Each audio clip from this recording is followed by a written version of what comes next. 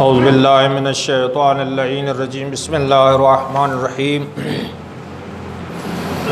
الحمد للہ والصلاة علی اہلہا بسم اللہ الرحمن الرحیم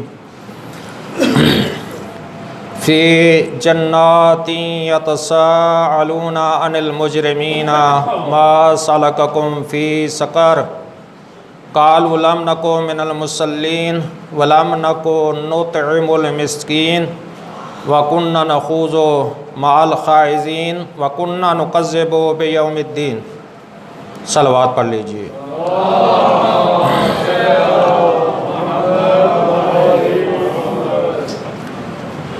عزیزان گرامی، آج کا موضوع سورہ مدثر کی آیات کا ترجمہ اور زیارت امام حسین علیہ السلام کے ایک حصے کا ترجمہ آپ کی خدمت میں بیان کرنا چاہتا ہوں۔ سورہ مدثر میں خداوند متعال ارشاد فرما رہا ہے فی جنات یتساءلون عن المجرمین ما سلککم فی سقر، جنتی لوگ سوال کریں گے جہنمیوں سے، آج تم جہنم میں ہو، کون سا جرم کیا تھا؟ دیکھیں گے، واضح صریح آیات ہیں۔ فی جناتی، جنتی لوگ دیکھیں گے، یتساءلون سوال کریں گے، پوچھیں گے عن المجرمین، مجرمین سے، آج تم جہنم میں جل رہے ہو، کون سا جرم کیا تھا آج تم جہنم میں ہو؟ ان آیات کی کوئی اور تعویل نہیں کی جا سکتی، واضح صریح مطلب اللہ نے ارشاد فرما دیا۔ یعنی ایک دن ایسا ہوگا جنتی لوگ مشاہدہ کریں گے، دیکھنے کے لیے جائیں گے۔ جس طرح دنیا میں کوئی جرم، کوئی سزا دی جاتی ہے، کچھ لوگ دیکھنے کے لیے جاتے ہیں تاکہ پتہ چلے، نصیحت ہو، لیکن وہ مرحلہ ایسا ہوگا کہ جنتی لوگوں کو اللہ اجازت دے گا، وہ جائیں گے، جہنمیوں کو دیکھیں گے۔ کیا دیکھیں گے؟ پوچھیں بھی گے، فقط دیکھیں گے نہیں، یتساءلون سوال بھی کریں گے مجرمین سے، کون سا جرم کیا تھا؟ ما سلککم فی سقر، آج تم جہنم میں ہو، کون سی چیز کی وجہ سے، کون سے جرم کی وجہ سے آج تم جہنم کے شعلوں میں جل رہے ہو؟ اللہ انہیں اجازت دے گا جہنمیوں کو کہ وہ جنتیوں کو جواب دیں، بتائیں کہ ہم نے کون سا جرم کیا تھا۔ وہ کہیں گے قالو، جمع کا صیغہ، فعل ماضی جمع کا صیغہ استعمال ہوا ہے، قالو لم نکن من المصلین، وہ کہیں گے پہلا ہمارا جرم یہ تھا، ہم نماز نہیں پڑھتے تھے، نماز نہیں پڑھتے تھے، نماز کو اہمیت نہیں دیتے تھے۔ پہلا جرم جہنم کے شعلوں میں جلنے والے کا یہی ہے کہ ہم نماز نہیں پڑھتے تھے۔ ذرا اتنا بتاؤ، جو لوگ آل محمد سے نفرت کرتے ہیں، بغض بھی رکھتے ہیں اور نمازیں بھی پڑھتے ہیں، قیامت کے دن ان سے نمازوں کے بارے میں تو سوال نہیں ہوگا۔ جن کا عقیدہ خراب ہو، توحید و رسالت و مختلف چیزوں کے متعلق، قیامت کے دن ان کے عمل کے بارے میں نہیں پوچھا جائے گا تم ایسا کیوں نہیں کیا، جبکہ ان کا عقیدہ خراب ہے۔ جن کا عقیدہ خراب ہے ان سے نماز نہیں پوچھی جائے گی۔ یہ کون ہیں جن کے سے نماز کے بارے میں پوچھا جا رہا ہے؟ نتیجہ خود اخذ کر سکتے ہیں کہ قرآن کی واضح صریح آیت ہے، ان کا عقیدہ درست ہوگا لیکن نماز کو حقیر جانیں گے۔ جن کا عقیدہ گڑبڑ ہے، نماز کے سوال کی تو ضرورت نہیں ہے، وہ پوچھا جائے گا۔ یا تمہارا اگر ایک بندہ مشرک ہے تو شرک ہے نا، اگر ایک اللہ کے نبی کی نبوت کا انکاری ہے وہ بھی کافر ہے نا، تو اور چیزوں کے بارے میں کہ یہی واضح آیت کہہ رہی ہے۔ یعنی کچھ لوگ ایسے ہیں جن کا عقیدہ تو درست ہوگا لیکن عمل بد عملی کی وجہ سے جہنم میں جائیں گے۔ وہ تواتر کی حد تک احادیث ملیں گی، ہر نبی کی وصیت، آخری وصیت نماز ہے۔ جناب سیدہ کونین کی آخری وصیت بھی نماز ہے، مولا امام حسین کی آخری وصیت بھی نماز ہے۔ میں نے پڑھا امام محمد باقر علیہ السلام کی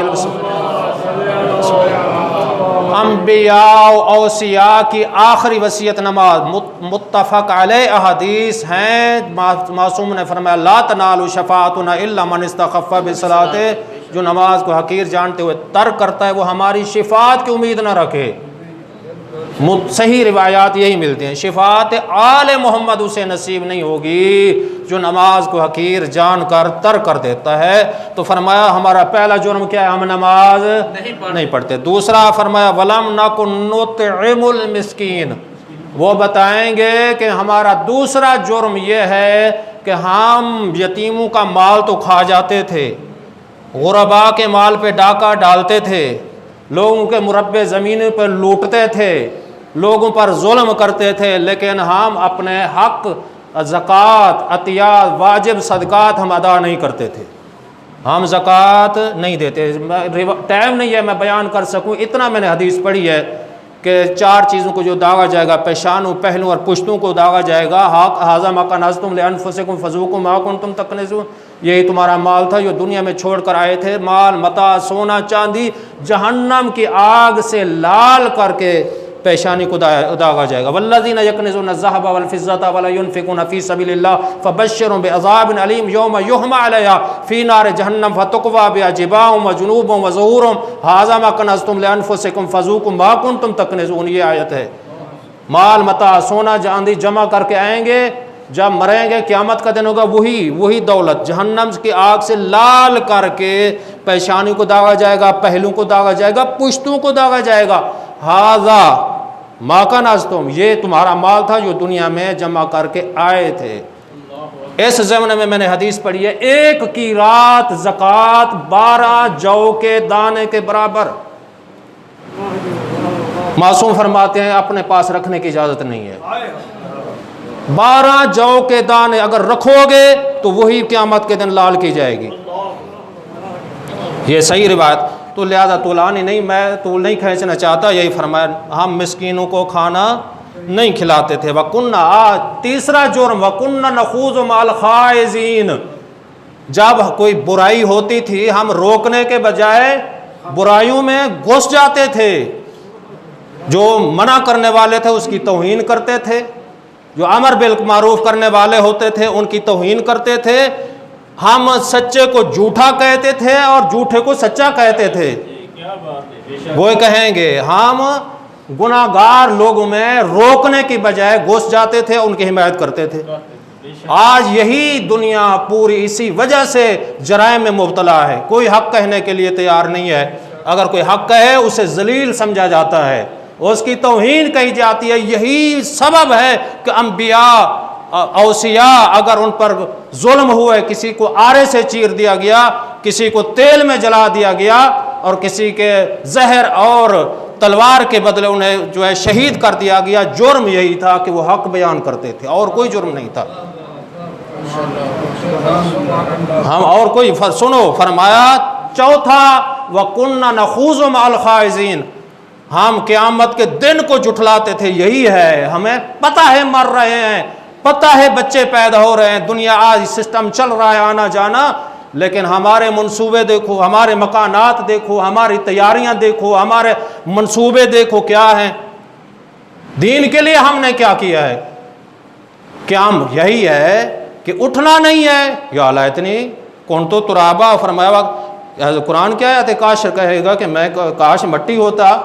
یہی ہے، آخرت پر یقین نہیں ہے. اگر آخرت پر یقین ہو جائے کہ ہمیں اٹھایا جانا ہے تو ہم سے کوئی برائی سرزد نہ ہو. یہ سارے جرائم اسی وجہ سے ہے، اٹھایا جانا. اصل روح، اصل بدن کیا مراحل ہوں گے وہ خدا جانتا ہے، یا قرآن کے آیات کے اندر واضح حکم ہے ایسی جنت ہوگی. تو عزیزان گرامی، اصل میں موضوع کی طرف اور اس کی تفسیر سے میں نہیں بیان کر سکتا. میں نے وعدہ کیا 2-3 جملے مولا امام حسین علیہ السلام کی زیارت کے میں آپ کی خدمت میں بیان کرنا چاہتا ہوں. یہ زیارت کی بہت بڑی فضیلت ہے، زیارت امام حسین علیہ السلام کی بڑی فضیلت ہے. یہ روایت کہاں سے لی گئی ہے؟ اگر کوئی سند پوچھتا ہے، سید ابن طاؤوس سے یہ روایت ہے. آخر میں سلسلہ رجال پہنچتا ہے مولا امام جعفر صادق علیہ السلام تک. تو سن لو، یہی فرمایا السلام علیکہ یا ابا عبداللہ، سلام ہو اے ابا عبداللہ، آپ پر سلام ہو مولا امام حسین علیہ السلام۔ فرمایا السلام علیکہ یا ابن رسول اللہ، اے فرزند رسول سلام ہو۔ آگے السلام علیکہ یا وارث آدم صفات اللہ، اے حضرت آدم علیہ السلام کہ وارث آپ پر سلام ہو۔ السلام علیکہ یا وارث نوح نبی اللہ، حضرت نوح علیہ السلام کے وارث آپ پر سلام ہو۔ السلام علیکہ یا وارث ابراہیم خلیل اللہ، اے ابراہیم خلیل اللہ کے وارث آپ پر سلام ہو۔ السلام علیکہ یا وارث موسیٰ کلیم اللہ، اے موسیٰ کلیم اللہ کے وارث آپ پر سلام ہو۔ فرمایا السلام علیکہ یا وارث عیسیٰ روح اللہ، اے عیسیٰ روح اللہ کے وارث آپ پر سلام ہو۔ السلام علیکہ یا وارث محمد حبیب اللہ، حضرت محمد مصطفیٰ کے وارث آپ پر سلام ہو۔ یا السلام علیکہ یا وارث امیر المؤمنین ولی اللہ، اے امیر المؤمنین علی ابن ابی طالب کے وارث آپ پر سلام ہو۔ السلام علیکہ یا ابن محمد المصطفیٰ، اے حضرت محمد مصطفیٰ کے فرزند بیٹے، فرمایا آپ پر سلام ہو۔ السلام علیکہ یا ابن علی المرتضیٰ، اے فرزند علی مرتضیٰ آپ پر سلام ہو۔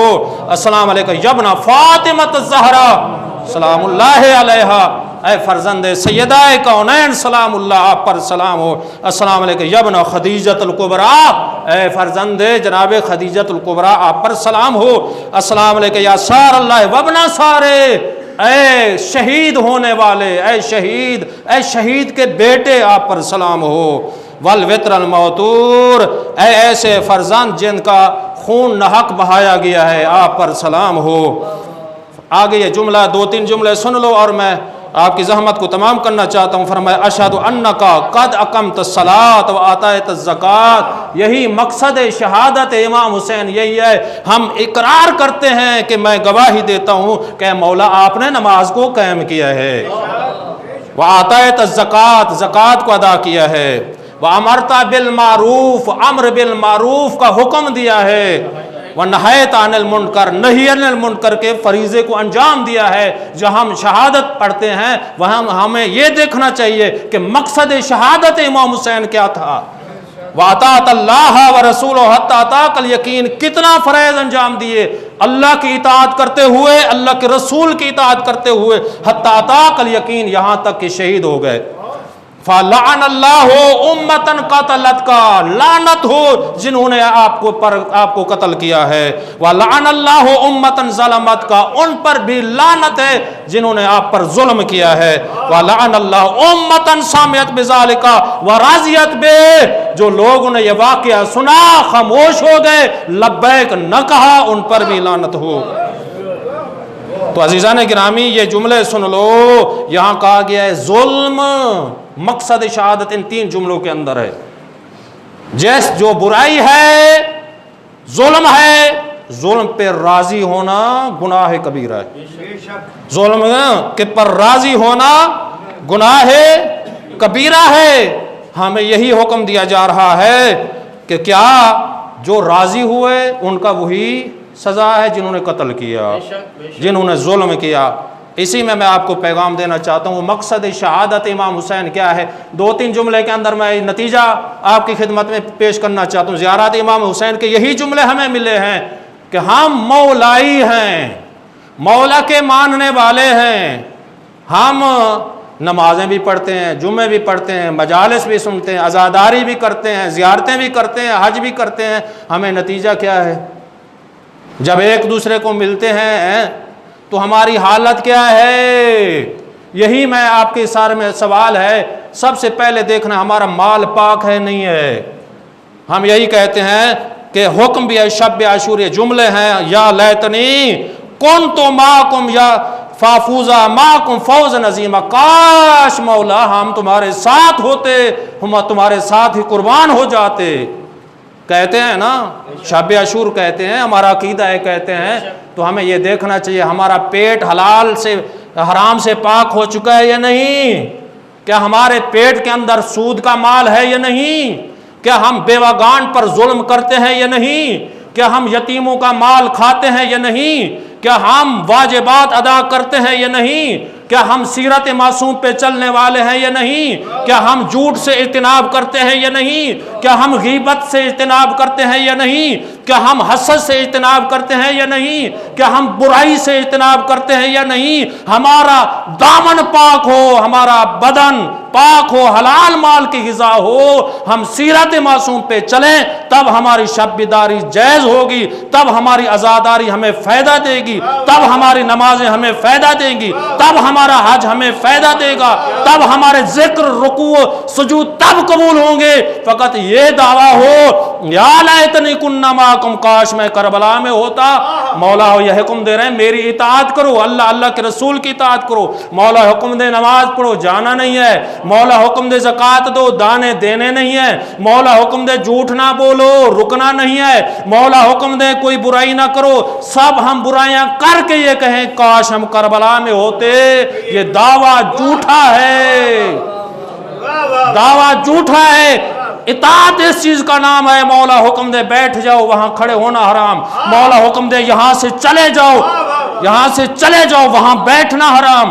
مولا حکم دے کہ یہاں جان کی قربانی دے دو، سولی پہ لٹک جاؤ، ہاتھ بھی کاٹ دیے جائیں، پاؤں بھی کاٹ دیے جائیں، زبان بھی کاٹ دی جائے، لیکن تمہارے تمام اعضاء و جوارے گواہی دیں کہ جو حق ہے، جو سچ ہے، جو دین ہے، جو معصوم کی اطاعت ہے، میں اسی پہ ثابت قدم رہوں گا، پیسوں کے بدلے نہیں بکوں گا، ڈنڈے سے نہیں ڈروں گا، دہشت سے نہیں ڈروں گا، اور کسی کا کنٹرول کو قبول نہیں کروں گا۔ اگر ہم یہ عہد کر لیں، سب عہد کر لیں، تو یہ دنیا ہی جنت ہے۔ وآخر دعوانا الحمدللہ رب العالمین۔